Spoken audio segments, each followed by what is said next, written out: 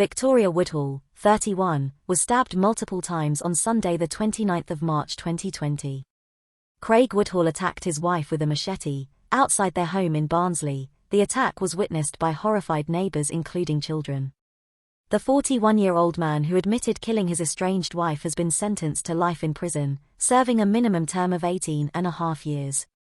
The judge heard that the defendant told neighbors who tried to help Mrs. Woodhall she deserved it and that she had been winding him up all day.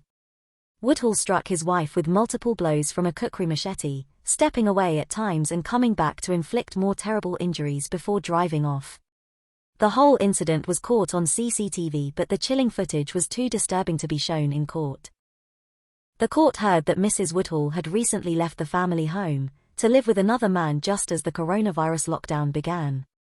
The judge said she probably left because she had had enough of your controlling and possessive behavior. He heard that the couple married in 2013 but the relationship deteriorated. On the day of her death, March 29, Mrs. Woodhall returned to the couple's home but the defendant refused to let her in and he tried to report her to the police for breaking the lockdown rules. She then began using Facebook videos to tell this to her friends.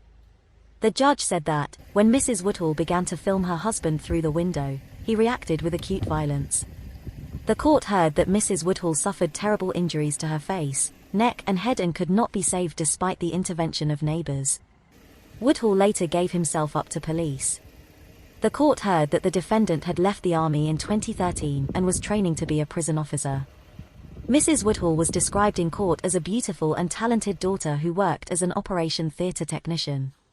Mr. Mason said his daughter was training to work on COVID wards when she was murdered. Following the sentencing, her family released the following statement.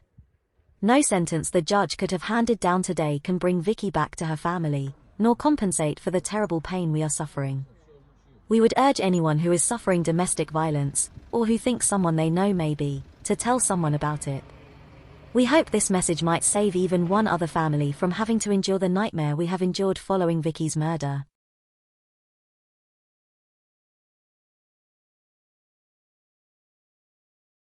The uncle of tragic teenager Louise Smith was seen strolling into Iceland to buy 4 pizzas, just hours after he allegedly murdered and defiled his niece in a shocking sexually motivated killing.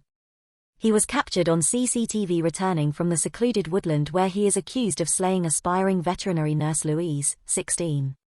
As Mays went out to buy the food, his wife, Louise's aunt, frantically tried to call the missing teenager and Louise's worried boyfriend went out searching for her. Louise went missing in Havant, Hampshire, at 12:49 p.m. on May 8, 2020, having been lured 1.5 miles away to the murder scene at Havant Thicket by Mays. Louise only started living with Mays and his wife 2 weeks before her death.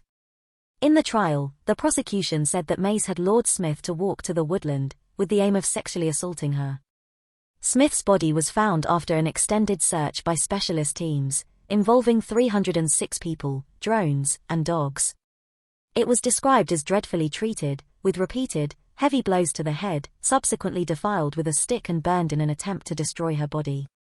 The exact cause of death could not be determined due to extensive burns. Mays was sentenced to a minimum prison term of 25 years.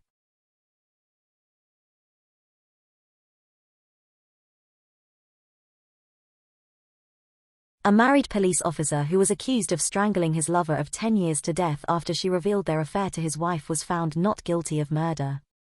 Timothy Bremer, 41, described as a womanizer in court, was alleged to have angrily throttled nurse Claire Parry in his car in West Parley, Dorset, in May 2020, moments after she texted his detective wife, "I'm cheating on you," from his phone. But although the police constable used enough force to fracture her neck in 3 places, jurors in Salisbury decided he had not intended to kill Mrs. Parry. After a 12-day trial, Bremer remained emotionless in the dock as he was acquitted of murder after jurors deliberated for 2 hours and 50 minutes. However, the police officer of 17 years still faces a lengthy jail term as he admitted killing mother of 2 Mrs. Parry by manslaughter. The moment PC Bramer was arrested was filmed on police body cameras, and during the trial Bramer admitted being a well-practiced liar and devious. But he also claimed that he did not intend to kill Mrs Parry, who's also married to a serving police officer at Dorset. PC Bramer admitted manslaughter, and he will be sentenced this afternoon.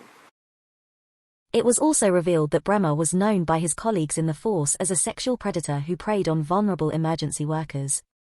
Bremer had a reputation at work as a ladies' man who managed to charm a number of lovers from within his own unit. They said the smooth-talking officer, who is married to a detective in the same force, told each woman, "You are the only one for me," and sent song lyrics and sexualized messages to suck them in.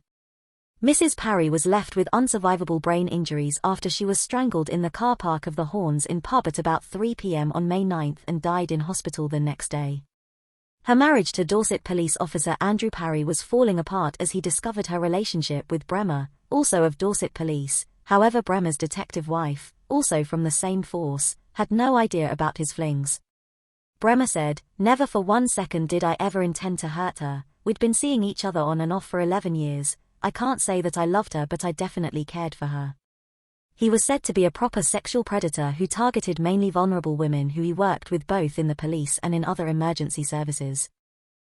PC Timothy Bremer's bid to shorten his sentence backfired, as appeal court judge adds 3 years to 10 and a half-year manslaughter jail term for killing married lover Claire.